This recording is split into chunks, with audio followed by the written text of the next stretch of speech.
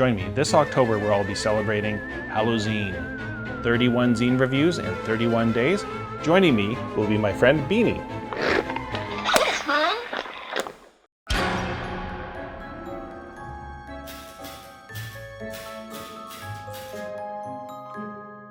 Okay, Beanie, here we go. Another edition of Halloween. We are on day 4.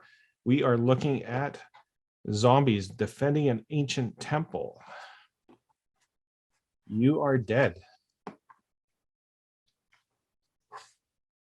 What's so rotten about zombies? It's written by Stuart Watkinson, who I believe is located in Australia, designed using the What's So Cool About Space system by Jared Sinclair. And that is basically 2d6, get 8 or above to be successful. Stock art by Rick Hershey, some other artwork by William McCausland, and some cartography by Luke Schultz, and a bit of a content warning. I do not believe I've ever seen this Exalted Funeral logo before, so that might have been kicking around before, but I've just never seen it. So what is this book?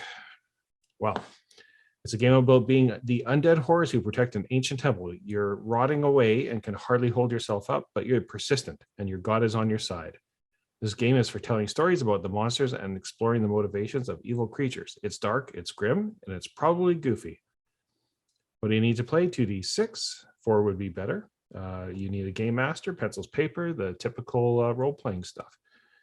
Why does this exist? And Stuart goes on to say, my players were going to attack another temple, wipe out all the zombies inside, and he basically thought it would be interesting to see it from the other side of the adventure.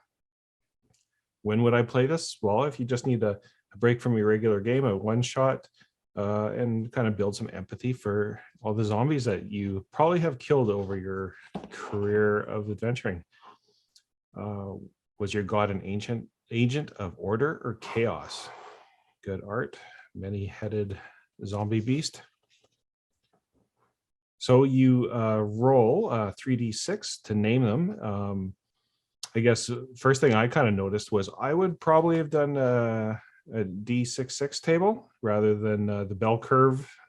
And I've made this mistake before when I started in on this little hobby, that the bell curve goes up, and so you get more rolls in the center of it.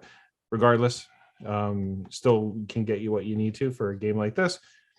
Same with this, roll 3d6, 1d6 and 1d6. So you could roll, and you know what? Why don't we do that? Let's pull some dice out. There we go. We need 3d6. We are going to be 12. Zardi, the all-knowing father of pain. Cool. Well, Zardi, the all-knowing father of pain. Cool. So now we have our god. Where's your temple? 2d6. We've got an 11. Don't know, you were born within the walls. What lays within? This is the temple of your god. It should resemble their name, their personality, their domain. It's about the embodiment of their power and the unyielding devotion, and your unyielding devotion. You know this place like the back of your festering left hand, the halls, the rooms, the tricks, the traps, and the secret. Your god has chosen to keep sacred relics within the walls of this place. So now you need to design your lair, your zombie lair. That's 1 to 3. I'm assuming it's 1d6, and then figure it out by divide by 2. So it is a sealed 1 to 4 room, hewn stone,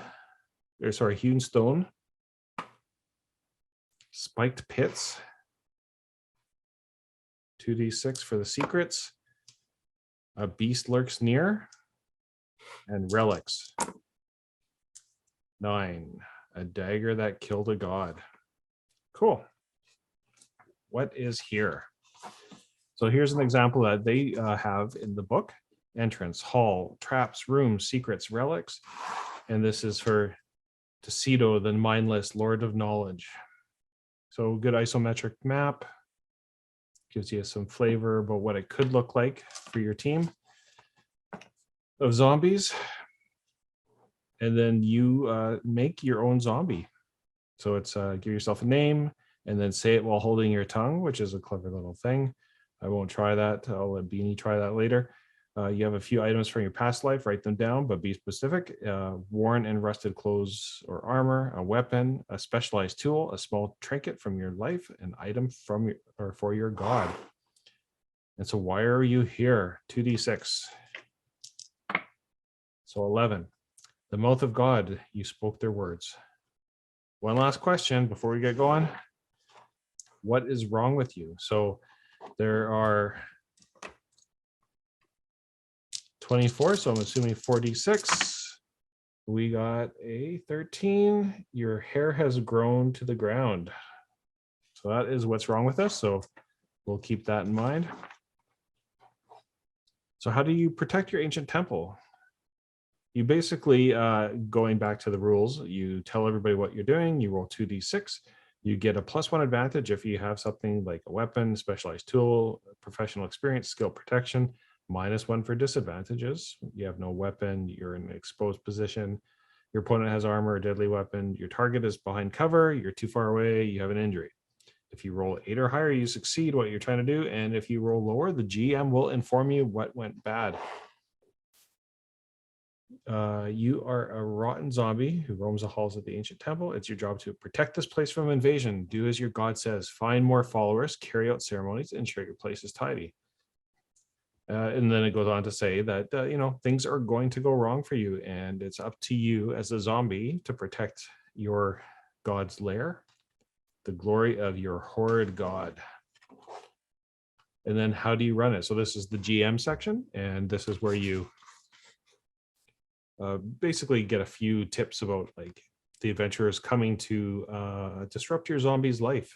And they have some random tables here on who, what, how, where, what, why, where, what, how.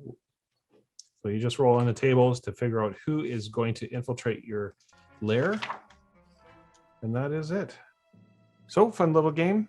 I would check it out, and you can get it at Exalted Funeral. And don't forget to enter the draw for $200 store credit at Exalted Funeral. And we will be drawing that on Halloween Day. So be sure to enter at daikugames.com. Happy Halloween, ladies.